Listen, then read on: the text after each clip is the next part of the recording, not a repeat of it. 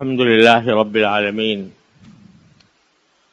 والصلاة والسلام على سيدنا ونبينا وحبيبنا وشفيعنا ومولانا محمد وعلى آله وأصحابه أجمعين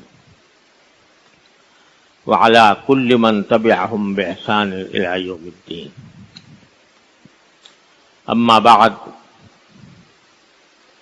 میرے عزیز بھائیو دوستو، السلام علیکم ورحمۃ اللہ وبرکاتہ۔ ایک حدیث میں رسول کریم سرور دو عالم صلی اللہ علیہ وسلم کا یہ ارشاد ہے کہ لا یؤمن احدکم حتی اکون احب الیہ من نفسہ ووالدہ وولدہ والناس اجمعین، او کما قال صلی اللہ علیہ وسلم، کہ تم میں سے کوئی شخص اس وقت تک مومن نہیں ہو سکتا، یعنی صحیح معنی میں مومن نہیں ہو سکتا، جب تک میں یعنی خود سرکار دو عالم صلی اللہ علیہ وسلم اس کو خود اپنی جان سے، اپنے مال سے، اپنے اولاد سے، اپنے والد سے یا والدین سے، ان سب سے زیادہ محبوب میں نہ ہو جاؤں، اس وقت تک کوئی مومن حقیقی معنی میں نہیں ہو سکتا، جب تک کہ اس کے دل میں میری محبت خود اپنی جان سے بھی زیادہ ہو، اپنے مال سے بھی زیادہ ہو، اپنے والدین سے بھی زیادہ ہو، اپنی اولاد سے بھی زیادہ ہو۔ یہ ایک ارشاد ہے رسول کریم سرور دو عالم صلی اللہ علیہ وسلم کا، اور الحمدللہ ہم بہت گئے گزرے ہو گئے، ہمارے اندر بہت سی خرابیاں خامیاں پیدا ہو گئیں، لیکن جو شخص کلمہ لا الہ الا اللہ محمد رسول اللہ پڑھتا ہے، اس کے دل میں نبی کریم صلی اللہ علیہ وسلم کی عظمت اور محبت جاگزین ہوتی ہے، چاہے وہ عملی زندگی میں کتنا ہی دین سے دور ہو، لیکن جب سرکار دو عالم صلی اللہ علیہ وسلم کا ذکر آتا ہے یا آپ کی محبت کا معاملہ آتا ہے تو اس میں کوئی مسلمان پیچھے نہیں رہتا، آپ کی عظمت اور محبت پر جان دینے کے لیے بھی تیار ہو جاتا ہے۔ اور ایسے واقعات بے شمار آپ نے سنے ہیں کہ کس طرح لوگوں نے سرکار دو عالم صلی اللہ علیہ وسلم کی محبت پر، آپ کے عشق پر، آپ کی عظمت پر اپنی جانیں نچھاور کی ہیں۔ حضرات صحابہ کرام رضی اللہ تعالی عنہم کی مثالیں تو بے شمار ہیں، کیا کیا مثال سنائی جائے، لیکن اس زوال کے دور میں بھی الحمدللہ ہر مسلمان کے دل میں سرکار دو عالم صلی اللہ علیہ وسلم کی محبت پیوست ہوتی ہے۔ یہ اللہ تعالیٰ کا بہت بڑا کرم ہے۔ نہ صرف یہ کہ محبت پیوست ہوتی ہے، بلکہ اسے انسان جزو ایمان سمجھتا ہے، ایمان کا لازمی تقاضا سمجھتا ہے۔ اللہ تعالیٰ کا فضل و کرم ہے کہ اس حد تک مسلمانوں میں سرکار دو عالم صلی اللہ علیہ وسلم کی محبت موجود ہے، لیکن کبھی ہمیں یہ سوچنا چاہیے کہ اس محبت کے تقاضے کیا ہیں۔ دیکھو، انسانوں میں محبتوں کی مختلف قسمیں ہوتی ہیں۔ محبت انسان کو باپ سے بھی ہوتی ہے، ماں سے بھی ہوتی ہے، بیوی سے بھی ہوتی ہے، بچوں سے بھی ہوتی ہے، اپنی اولاد سے یا اور دوسرے بچوں سے وہ بھی ہوتی ہے، استاد سے بھی ہوتی ہے اور شیخ سے بھی ہوتی ہے اور دوستوں یاروں سے بھی ہوتی ہے، لیکن ہر محبت کے رنگ مختلف ہیں۔ بچوں سے محبت ہوتی ہے، اس کو آدمی گود میں اٹھا لیتا ہے، اسے پیار کرتا ہے، تو یہ محبت جس طرح وہ بچوں سے کر رہا ہے، وہ اگر باپ سے بھی کرنا شروع کر دے، اس کو اچھے خاصے بیٹھے ہوئے ہیں ان کو لے کے گود میں لے کے پیار کرنا شروع کر دے، یہ اس محبت کا تقاضا نہیں ہے، اس کی محبت کا تقاضا کچھ اور ہے۔ ماں سے محبت کرنا اور بیوی سے کرنا، بیوی سے محبت کرنے کے تقاضے کچھ اور ہیں اور ماں سے محبت کرنے کے تقاضے کچھ اور ہیں، دوستوں سے محبت کے تقاضے اور ہیں، استاد سے محبت کرنے کے تقاضے اور ہیں۔ تو جتنی دنیا کے اندر محبتوں کی اقسام پائی جاتی ہیں، ان میں ان کے تقاضے مختلف ہوتے ہیں۔ تو انسان جو اپنے کسی بڑے سے محبت کرتا ہے تو اس کے تقاضے بھی مختلف ہوتے ہیں۔ کوئی بڑا ہے، استاد ہے مثال کے طور پر، اس کی عزت کرے گا، اس کی عظمت کرے گا، اس کی حتی الامکان بات بھی مانے گا، لیکن ساتھ ہی اگر اس سے اختلاف بھی ہو جائے کسی معاملے میں تو کوئی برائی نہیں۔ امام ابو حنیفہ رحمۃ اللہ علیہ کے شاگرد تھے حضرت امام ابو یوسف بھی اور امام محمد بھی، لیکن ایسے شاگرد جو ان کے حلقہ درس میں بیٹھتے تھے، لیکن امام ابو حنیفہ ایک مسئلے میں کچھ رائے دیتے ہیں اور امام ابو یوسف کا مسئلہ کچھ اور ہے، امام محمد کا کچھ اور ہے۔ امام شافعی حضرت امام ابو حنیفہ کے نہیں، امام محمد کے شاگرد ہیں اور امام محمد ابو حنیفہ کے شاگرد ہیں، لیکن جو طلبہ ہیں وہ دیکھتے ہوں گے کہ جگہ جگہ خلاف للشافعی خلاف للشافعی، یعنی امام شافعی نے امام ابو حنیفہ سے بہت سے معاملات میں اختلاف کیا، لیکن جب قبر پر گئے، حضرت امام ابو حنیفہ کے قبر پر گئے امام شافعی رحمت اللہ علیہ، تو اس وقت میں وہاں جانے کے بعد، ان کے پاس جانے کے بعد اپنا مسلک چھوڑ دیا، ایک جو نماز پڑھی اس میں اپنا مسلک چھوڑ دیا، امام ابو حنیفہ کے مسلک پر عمل کیا اور کہا کہ مجھے شرم آئی کہ میں اپنے استاد الاستاذ کے پاس رہ کر میں اس سے اپنے عمل میں مخالفت کروں۔ تو استاد کی عظمت کا، محبت کا تقاضا یہ ہے کہ اس کو اپنے آدمی اس کی تعظیم کرے، اس کے حتی الامکان کہنا بھی مانے، لیکن رائے کا اختلاف ہو سکتا ہے اور یہ کوئی معیوب بات نہیں ہے، ہوتا رہا ہے ہمیشہ۔ لیکن سرکار دو عالم صلی اللہ علیہ وسلم کی محبت وہ ایک استاد والی محبت نہیں، وہ ایک باپ والی نہیں، ماں والی نہیں، بیوی والی نہیں، اولاد والی نہیں، وہ ساری محبتوں کی سرتاج ہے، اور اس کا جو اصل محبت کا اصل تقاضا ہے وہ سرکار دو عالم صلی اللہ علیہ وسلم کی اتباع، آپ کے بتائے ہوئے راستے پر چلنا،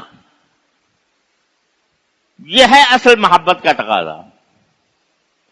محبت کا تقاضا صرف یہ نہیں ہے کہ آپ نے سرکار دو عالم صلی اللہ علیہ وسلم کے نام پر صلی اللہ علیہ وسلم کہہ لیا، یہ تو ہے ہی واجب، کہنا ہی ضروری ہے، یا اتنا آپ نے کیا کہ بھئی جب ربیع الاول آیا تو ہم نے اپنے مکانوں پہ چراغاں کر لیا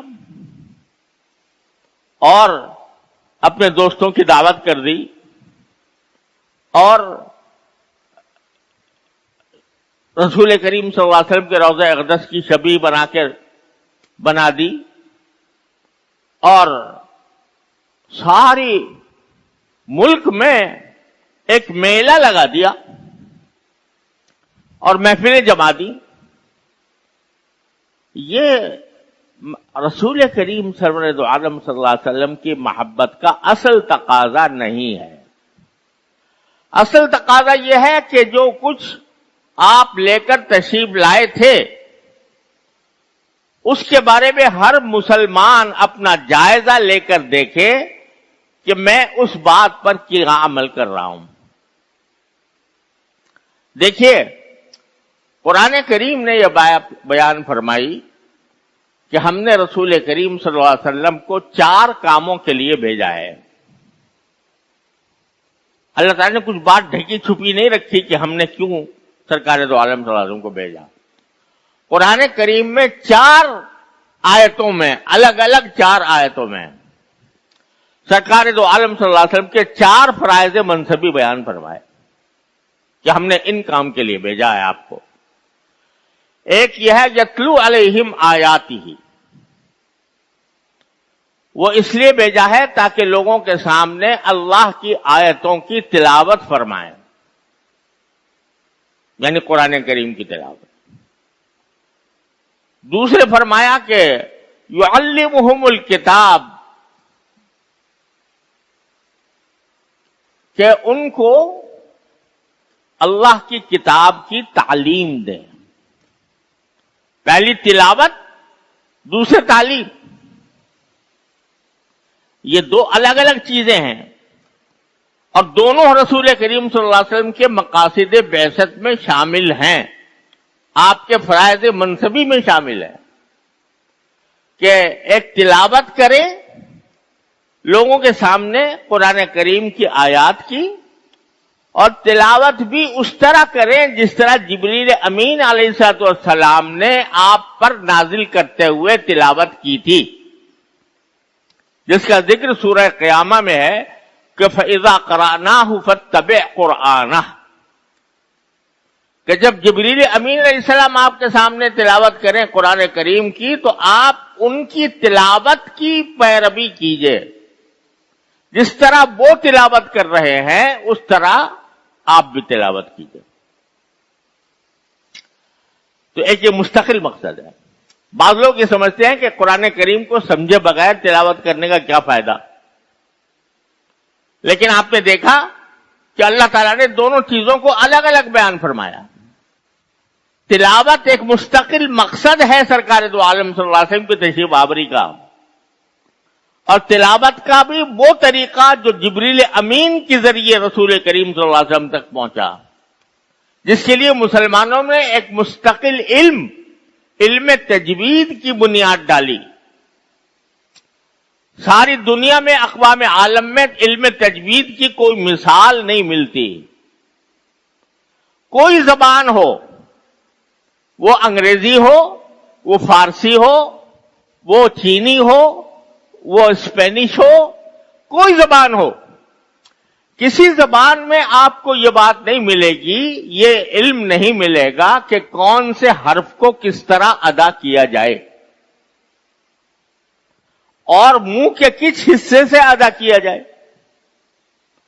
اور کس کیفیت کے ساتھ ادا کیا جائے. ABCD EFGH پڑھ لیا سب نے، لیکن کیا کوئی ایسی کتاب ہے جس میں یہ لکھا ہو کہ بی کیسے نکلتی ہے، کہاں سے نکلے گی، ہونٹ کے کون سے حصے سے نکلے گی، اور سی کہاں سے نکلے گی، اور ڈی کہاں سے نکلے گی؟ کوئی زبان اس کی مثال پیش نہیں کر سکتی. لیکن چونکہ رسول کریم سرور دو عالم صلی اللہ علیہ وسلم کو اس کام کے لیے بھیجا گیا تھا، آپ کے مقاصد بعثت میں سب سے پہلے ذکر تلاوت قرآن کا ہے، لہذا رسول کریم صلی اللہ علیہ وسلم کے صحابہ کرام نے اس علم کی بنیاد ڈالی اور اس کو ایک مستقل علم و فن کی حیثیت میں مدلل کر دیا. الف کا مخرج، با کا مخرج، تا کا مخرج، سا کا مخرج، سین کا مخرج، قاد کا مخرج الگ الگ کر کے بتا دیا، اور اس کے مطابق تلاوت کرنا اور سیکھنا ہر مسلمان کے ذمے فرض عین ہے. اتنا ہی فرض ہے جیسے نماز پڑھنا، اتنا ہی فرض ہے جیسے روزہ رکھنا، اتنا ہی فرض ہے جتنا زکات دینا، قرآن کو صحیح طریقے سے پڑھنا۔ اس لیے امت کا سلسلہ شروع سے یہ چلا آیا ہے کہ جب تک بچہ قرآن کریم پڑھنا نہ سیکھ لے اس کو کسی اور کام میں نہیں لگاتے تھے۔ اب ہمارا زمانہ ایسا آ گیا کہ سب سے پہلے اس کو مونٹیسری میں بھیجو، مونٹیسری میں وہ ABC پڑھ لے گا، لیکن قرآن کی سورہ فاتحہ اگر اس سے پڑھوائی جائے تو وہ پڑھنے کے لائق نہیں۔ اگر گھر والوں نے کسی طرح اس کو سورہ فاتحہ یاد کرا بھی دی تو جس طرح پڑھنا چاہیے اس طرح نہیں پڑھے گا، تجوید سے خالی ہے۔ تو اب یہ جو پہلا مقصد تھا سرکار دو عالم صلی اللہ علیہ وسلم کے تشریف آوری کا، وہ آیات کی تلاوت۔ دوسرا مقصد تھا کتاب کی تعلیم، یعنی قرآن کی تعلیم، اس کے لیے آپ تشریف لائے تھے۔ اور تیسرا تھا حکمت کی تعلیم۔ حکمت سے مراد یہ کہ دانائی کی باتیں ہیں، کون سی بات سچ حق ہے، کون سی باطل ہے، کون سی کرنے کی ہے، کون سی نہ کرنے کی ہے، اور کون سا کام عقلی اعتبار سے درست ہے، کون سا میں انسان کی عقل ٹھوکر کھاتی ہے۔ یہ ساری باتیں آپ نے احادیث طیبہ کے ذریعے لوگوں کے سامنے بیان فرمائی، خود اپنے عمل سے بھی ظاہر فرمائی۔ اور آخری کام یزکیہم، کہ ان کو پاک صاف بنائے۔ پاک صاف بنانے کی کیا معنی؟ کہ ان کے اخلاق درست کرے،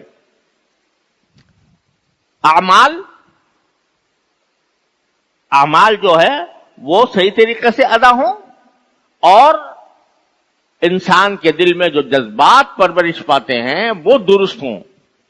آدمی میں تکبر نہ ہو، حسد نہ ہو، بغض نہ ہو، لڑائی جھگڑے کا جذبہ نہ ہو، غصے کا ناجائز استعمال نہ ہو۔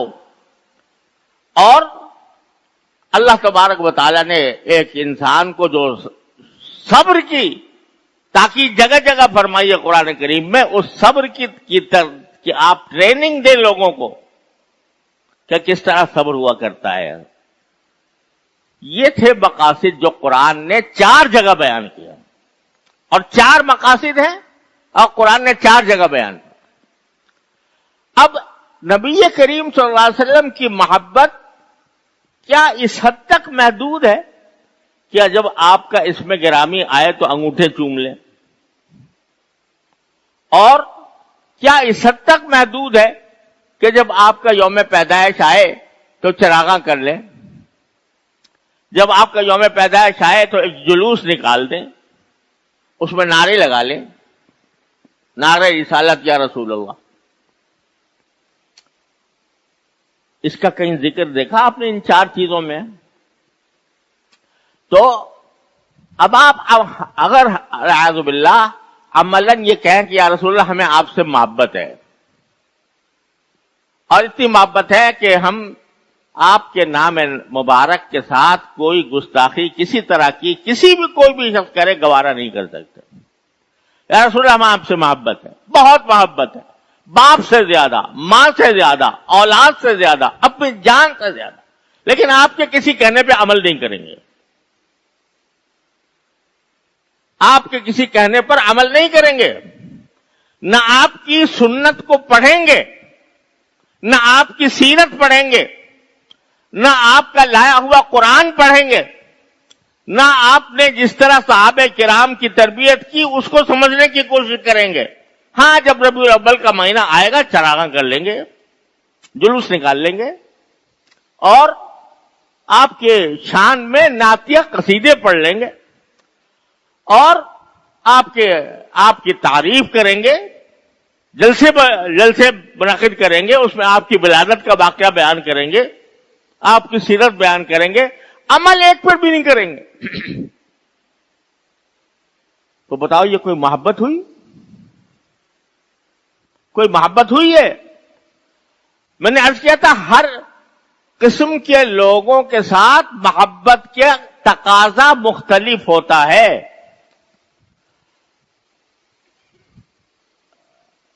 کوئی آدمی بیوی جیسی محبت ماں سے کرنے لگے، بہن سے کرنے لگے، العیاذ باللہ، حرام.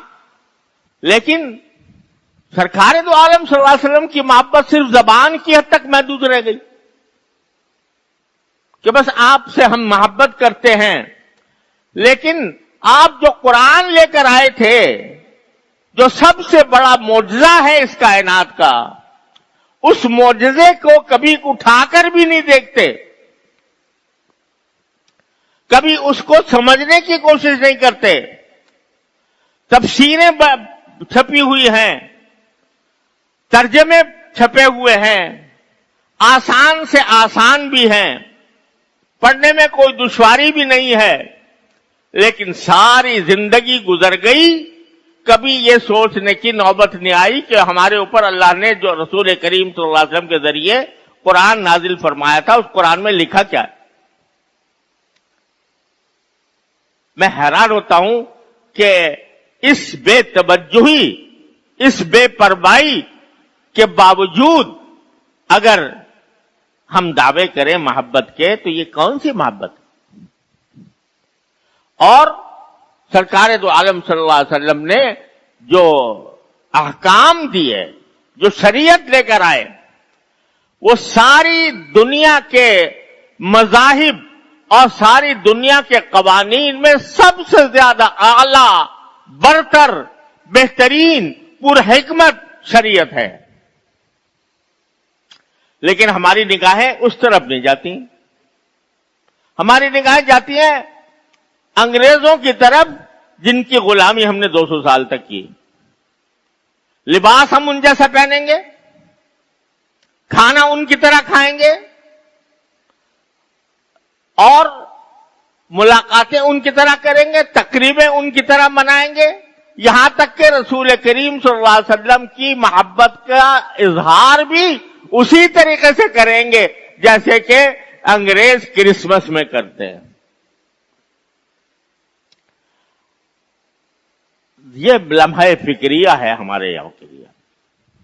کوئی شک نہیں، محبت، دلی محبت سب میں ہے، لیکن اس دلی محبت کے تقاضوں پر اگر غور کیا جائے تو کوئی تقاضا ہماری عملی زندگی میں نظر نہیں آتا. محکمے میں بیٹھیں گے تو جلاد بن کر بیٹھیں گے، رشوتیں لیں گے، بغیر رشوت کے کسی کا کوئی کام نہیں ہوگا. اپنی تجارت کریں گے تو تجارت کے اندر دھوکہ بازی لازمی حصہ ہوگی. اور پھر بھی کہتے ہیں ہمیں محبت ہے رسول کریم صلی اللہ علیہ وسلم.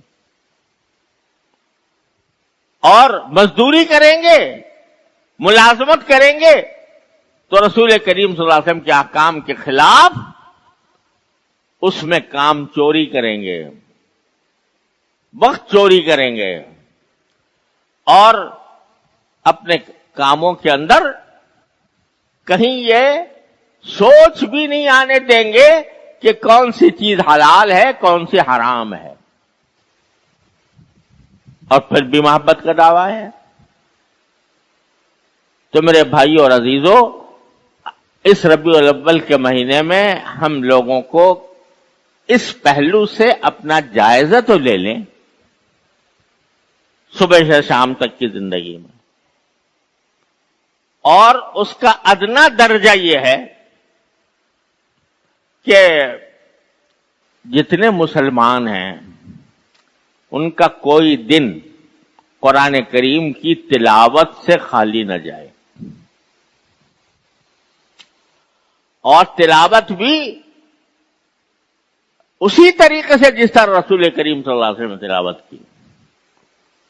وہ اکثر لوگوں کو نہیں آتی، لہذا اس کو سیکھنے کا اہتمام کریں. الحمدللہ مساجد بہت سی ہیں، پھیلی ہوئی ہیں، اس میں امام بھی ہیں، اس میں قاری بھی ہیں. کسی قاری سے، اچھے قاری سے مل کر اپنے قرآن سنائیں کہ میں اس طرح پڑھتا ہوں، اس میں کہاں غلطی ہے، آپ اس کو درست کر دیں. کوئی لمبا چوڑا مشکل کام نہیں ہے. 29 حروف ہیں. ان میں سے بعض حروف ایسے ہیں جن کے اندر کوئی بہت زیادہ دشواری کا سامنا نہیں ہے. اگر ہر روز آدمی ایک حرف کی ادائیگی کو سیکھنے کا اہتمام کر لے تو 29 دن میں سارا قرآن صحیح ہو سکتا ہے. اور دوسرے کوئی دن خالی نہ جائے جس میں قرآن کریم کو سمجھنے کے لیے کوئی تفسیر یا تفسیر کے ساتھ قرآن کریم کا ترجمہ جس میں نہ پڑھا. اللہ کے بندو، اللہ تعالیٰ نے ایک پیغام ہدایت بھیجا ہے، اور اس پیغام ہدایت میں فرمایا کہ تفصیلا لکل شیء وہدی ورحمۃ، کہ اس میں ہر چیز کی تفصیل موجود ہے، ہر صحیح عقیدہ اس میں بیان کیا گیا ہے، ہر ہدایت کا سامان اس میں موجود ہے، رحمت کا سامان موجود ہے. اگر کوئی پیغام بھیجے آپ کا کوئی بڑا، آپ کا کوئی دوست، اور وہ خط اٹھا کے آپ طاق میں رکھ دیں، روزانہ اس کو دیکھ کے تبرک حاصل کیا کریں، اور کبھی اس کو کھول کر اس کو سمجھنے کی کوشش نہ کریں، تو یہ اس شخص کے ساتھ جس نے پیغام بھیجا ہے زیادتی نہیں، ظلم نہیں تو اور کیا ہے. اللہ تعالیٰ نے ایک تو بڑا پیغام بھیجا قرآن کے ذریعے، کیا وہ اس لائق نہیں ہے کہ آپ 24 گھنٹوں میں سے 15 منٹ 20 منٹ اس کام کے لیے نکال لیں کہ اس قرآن کو سمجھنے کی کوشش کریں؟ الحمدللہ قرآن کریم کے ترجمے پھیلے ہوئے ہیں، ہر طرح کے ترجمے ہیں، مشکل بھی آسان بھی، اور تفسیریں بھی علماء کرام نے ہر مناسب عنوان سے لکھ دی ہیں. تو ان تفسیر کی روشنی میں قرآن کریم کو پڑھنے اور سمجھنے کی کوشش کریں. تو میری گزارش اس وقت یہ ہے کہ ربیع الاول کے مہینے میں کم از کم اس بات کا ہم عہد کر لیں کہ ہم اپنے 24 گھنٹوں میں سے کچھ وقت قرآن کریم کی تلاوت اور صحیح تلاوت کے لیے نکالیں گے، اور کچھ وقت قرآن کریم کو اس کی صحیح تفسیر کے ساتھ پڑھنے اور سمجھنے کے لیے وقت نکالیں گے. تیسری بات سرکار دو عالم صلی اللہ علیہ وسلم کی سنتیں، کہ اپنی ہر سنت کو اپنی زندگی میں اپنانے، اس کے لیے بھی کتابیں چھپی ہوئی ہیں، تھوڑا سا وقت اس کے لیے نکال لیں.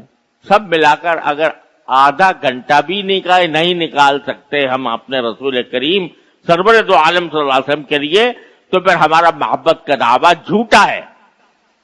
اللہ تعالیٰ اپنی رحمت سے ہمیں اس کے عذاب سے محفوظ رکھے. بس یہ گزارش ہے. اللہ تعالیٰ ہم سب کو اس پر عمل کی توفیق عطا فرمائے. وآخر دعوانا الحمدللہ رب العالمین.